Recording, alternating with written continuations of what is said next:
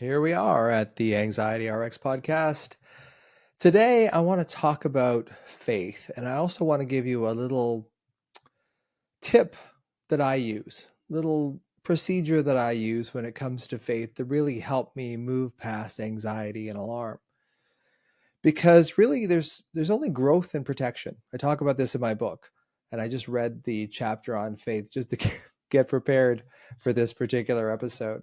But there's really growth and protection. And I think when we grow up with trauma as children, we learn that life is about protection. And I think if you grow up with a loving, caring, attuned household, you learn that life is about growth. And faith is one of those things that allows you to access growth. The problem with that is that when we have trauma as children, we lose faith in the world. If our parents aren't there to protect us, or worse, our parents are the cause of the problem, we lose faith in the world. And one of the byproducts of losing faith in the world is then you start believing that everything is up to you as a 5-year-old or a 7-year-old or a 10-year-old. We develop this mindset that everything is up to us because we've lost faith in the inherent safety of the world. And even Einstein said, the question that we have to answer for ourselves the most is the world a safe place or not? And I think when we have trauma as children, especially if we're sensitive people, everybody I know with anxiety is a sensitive person. When you're a sensitive person, you are just more susceptible to trauma. You take it in, you feel it more, and you react to it more. Perhaps that's maybe a better way of putting it. We react to trauma. We react to conflict more than, say, a non-sensitive person, whatever a non-sensitive person is. So we lose faith in the world as children when we have trauma. I lost faith in the world when my father would go crazy because I didn't see anyone else's fathers going crazy. And I thought, why is this happening to me? That's the other thing that we get as children, is we start saying, why is this happening to me? Maybe not as young children, but as we get older, as we get into our teenage years, why don't I have friends? Why am I being bullied? Why is this not going very well? Why am I sad? Why am I anxious? Why am I struggling with eating? Why am I struggling with sleeping? Am I a good person? Am I a good friend? Do I deserve to have a friend? All these things get put into us when we go into protection. And we go into protection because we believe everything is up to us because we lost faith in the world. We lose faith that the world is a safe place. And then we come from this reactive place rather than our authentic selves, because our authentic selves, we learn to judge, abandon, blame, and shame, which I talked about in a few episodes back. Jabs: judgment, abandonment, blame, and shame. And one of the things that faith does is faith takes away those judgments. When you have faith in yourself, you don't judge yourself. When you have faith in yourself, you don't abandon yourself, because the faith creates this internal connection with yourself. When you have faith in yourself, you don't blame yourself because you realize the inherent insecurity and uncertainty in the world. When you have faith, you don't shame yourself because you know deep down that you have this faith in this person, this innocent soul. We are all innocent souls at our core. Even the people that we think are the worst people in the world, at their core are all innocent souls. The reason why they are the way they are is probably because of trauma. And we become a reactive self rather than our authentic self. I was writing about this earlier, about how we people please, how we look towards our parents as they need protection. So as children, we start looking after our parents. That's just what we do. And it becomes such a habit that we lose ourselves. And Gabor Mate writes about that too, about sometimes we have to give up our authentic selves to gain attachment to a parent, even if that parent is judging, abandoning, blaming, and shaming us for some reason. Even if that parent is a negative energy, we will still take the attachment to a troubled parent than just trying to be our authentic selves and feeling pain. That need for attachment is so powerful in human beings. But the ironic thing is we lose the attachment to ourselves when we feel like everything's up to us. When we have trauma, we lose faith in the world and everything is up to us. We become these alpha children. We don't like being told what to do. Classic example. I am an alpha child. I like being in the lead. I do not like being told what to do. I wouldn't say I was a control freak, at least overtly, but I know in my past I have tried to control so many things. And basically that's what worry is. Worry is a way of trying to make the uncertain a little more certain. But the problem with that is that we pay a huge price when we worry. If you worry that, a pain in your stomach is stomach cancer, yeah, you get a little dopamine shot in your brain because you think, okay, this makes sense. Because when you make sense of something, you get a little dopamine hit, which is what worry is. Worry says, oh, this makes sense. My daughter isn't home. Maybe she's been in a car accident. Now that makes sense. So your brain gives you a little shot of dopamine, but now you convince yourself that your daughter's in a car accident. So worry is a way that makes the uncertain appear certain. And because uncertainty was so abhorrent to us as children, we will do anything to avoid it, including worry. So we get hooked into worry. And when you worry, you lose faith. Faith is an antidote to worry, just allowing things to be what they're going to be. And this is a process that I wanted to talk to you about today, about this concept of objecting without contracting that I got from Kathy Kane, who's a PhD and wrote a book called Nurturing Resilience, which is a brilliant book. Kathy Kane, Kathykain. Originally, she called this objecting without contracting, and I've been using this for years. And then now she's changed it to let it be so, but I still like objecting without contracting. So I modified it a bit. But what it is there's something that's in your universe that you don't like. And instead of contracting around it, because we resist things that we don't like, all organisms resist pain. We move away from pain. But can you not contract around something that scares you? Can you not contract around your worry? Because I believe that contraction, that initial contraction, and you can try this yourself. You can sit here right now. While you're listening, if you're not driving, think of something that causes you pain or that you're afraid of. And then feel, for me, it's in my gut. I've told you guys that it's in my solar plexus, but there's this feeling in my abdomen, my gut, of something just initially just squeezing, just like, I don't like this, like contracting. Now, if I just consciously allow myself to keep that worry suspended in consciousness, but not allow myself to contract. This is what they mean, objecting without contracting. Because I feel, and this works for me specifically, so I'm hoping it will work for you too.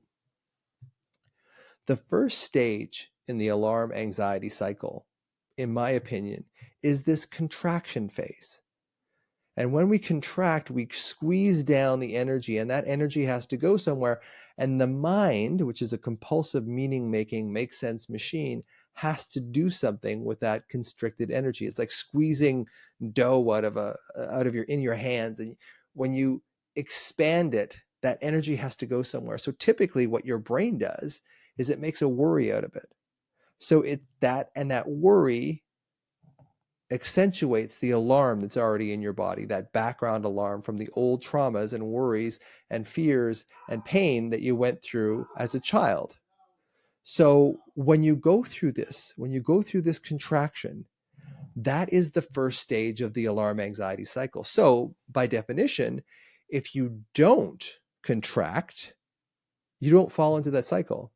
Now, this takes some practice, but I've noticed for myself, it really, really works in that I can suspend that feeling, that worry, and I can notice my body starting to contract and just not allowing it. And I'm not saying become open. I'm not saying accept it. I'm not saying embrace it, although I say that in other videos and other parts of my book. I'm just saying for this particular thing is just to let it sit there. And again, it's not sitting with it either. It's sitting with it with the conscious intention that you're not going to squeeze, you're not going to resist, you're not going to come down against it. You're just going to let it sit there and without contracting around it. And you'll notice when you start contracting around stuff.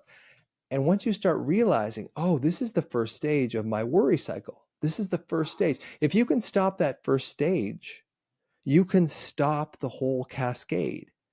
And then you feel like you've got some control over this situation of worry, which before you didn't really feel like you had much control over. So this is how it goes. You're walking down the street, you're driving your car, or you're going to lunch somewhere with someone, and this worry that's been troubling you, maybe for weeks, maybe for months, pops into your head. Notice the initial urge to contract around it. For me, I notice it in my abdomen.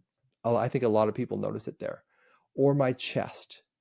And just see if you can just stay with it. Just see if you can just suspend it there without taking that unconscious first step of contracting. Because that unconscious first step is so automatic. It happens so quickly and so fast and so outside of your awareness that you're into the alarm anxiety cycle before you even recognize it. So this is what I do. I just have faith that I'll just hold on to this worry. I'll just suspend it there. I'll just let it sit there. And again, this is a practice. This will work right away, actually. But the more you practice it, the more you just release the uncertainty, because worry is always about the future. It's always about some sort of uncertain thing happening in the future. So if you can stop that initial contraction around it, it stops the cycle. It stops that alarm anxiety cycle. And then you feel like you have some element of control over the situation. And then if you add faith to that, you have faith to the fact that I can just let this sit here and I can practice this practice of allowing the worry to sit there without needing to come to resolution. Because once you go into your head and start worrying, you've lost. The cascade just starts.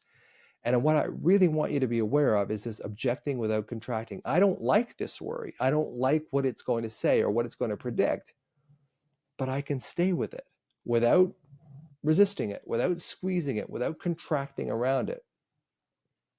And this really is a lot about faith. Just having faith that things will turn out. You don't have to be the arbiter of everything. Everything is not up to you. And again, when I started this podcast today, when we get traumatized as children, we lose faith in the world. And when we lose faith in the world, the natural byproduct of that is that everything is up to us. Everything is up to me. And then we become overachievers. Then we become control freaks. And it does give us the illusion that we are controlling the situation. But in that control, we lose the ability to just have faith, to just let it go, to just be with whatever it is. And then we compulsively have to worry. Then we operantly condition ourselves that we cannot just sit with a worry. We have to think it all the way through, which is a huge seduction, because the more you think, the more you worry. And the more you worry, the more you think. You can't solve a problem with excessive rumination, hypervigilance, and worry with more rumination, hypervigilance, and worry. It just doesn't work. So the antidote to that, how you can stay in growth and move out of protection, is just have faith in the moment that you're in, that you don't have to contract around it. And then there's another moment on top of that. And then there's another moment on top of that. And then you start realizing, hey, you know what? This actually works. I don't actually have to worry. That's the child in us. The child in us only survived because they worry, only survived because they dissociated or distracted into worry. That's how we survived. And that's why worry becomes such a powerful, seductive force in our lives, because as children, that worry gave us the illusion of certainty. And on some level, that was soothing for us, because as children, we had no other way out. If you had an abusive or a neglectful parent, or you were being bullied at school, there was no way out of that. So the only place we could go was dissociate into our minds or dissociate into worry. And it did distract us from the pain initially. And that's how it becomes so insidious. So the anxiety, the worries, just inflame the alarm from the old trauma that's still held there, and the alarm fires up the worries. So this is the alarm anxiety cycle. And I found in my own sort of philosophical sense or my own meditation that the first stage in the alarm anxiety cycle is this sense of contraction, is objecting, is resisting around this worry. Because when you object to something, when you contract around something, you hold it tighter. You don't let it pass through. So the idea is not to become open and wide and, I love the universe and everything that happens is fine. Although there is an element of that. But it's really important to just allow yourself not to contract. It's not about expanding or being open or accepting or embracing, although that can help too. But in this particular episode, I want to talk about ejecting without contracting. So you have the worry and you let it sit there and you just don't contract around it. And you just see and you wait a second and 2 seconds and 5 seconds and 10 seconds if you can. Again, it's a practice. It takes a while to learn how to do this, but this has provided me, this not contracting around my worry has provided me with so much relief, because I start feeling like, oh, I can see the world as a safe place. And ironically, we don't see the world as a safe place because we keep convincing ourselves with our worries that the world is not a safe place because we're always worrying. So it's how you break the cycle. And in my book, Anxiety RX, I talk about that. In my program, MBRX, I talk about that too. But this particular episode is just about having faith. Having faith in being able to receive from other people. Having faith that when you receive from yourself, when you connect with yourself, you don't need it so much from other people. When you were a child and you needed that support from your parent or parents and it wasn't there, that's a pretty hollow place to be as a child. But you're not a child anymore. And you can start giving this to yourself. You can start rewarding yourself with a sense of faith and with a knowing that everything isn't up to you. You can accept help from other people. Now you have to trust the people that you're getting help from. Don't try and get help from someone who's unreliable. But it's learning that the world is a safe place. You've made it this far. You've made it through a bunch of trauma. If you're listening to my podcast, you probably had trauma. You've made it through. So can you trust that? Can you have faith in the world? Can you have faith in your connection with yourself? Can you build this sense that you don't have to worry? Because when you force yourself into worry, either consciously or automatically unconsciously, you convince yourself that the world is a safe place, an unsafe place. And that just erodes your faith. And when you erode your faith, you move to worry. And faith is the antidote to worry. Just staying with something, teaching yourself to have faith is probably the most important lesson. It's the biggest chapter in my book. It's chapter 107. It's like 11 pages long. But it's probably the most effective, at least initial strategy to relieve your worry and relieve your pain, and just realize that everything isn't up to you. The universe can protect you, but you have to see it as a safe place.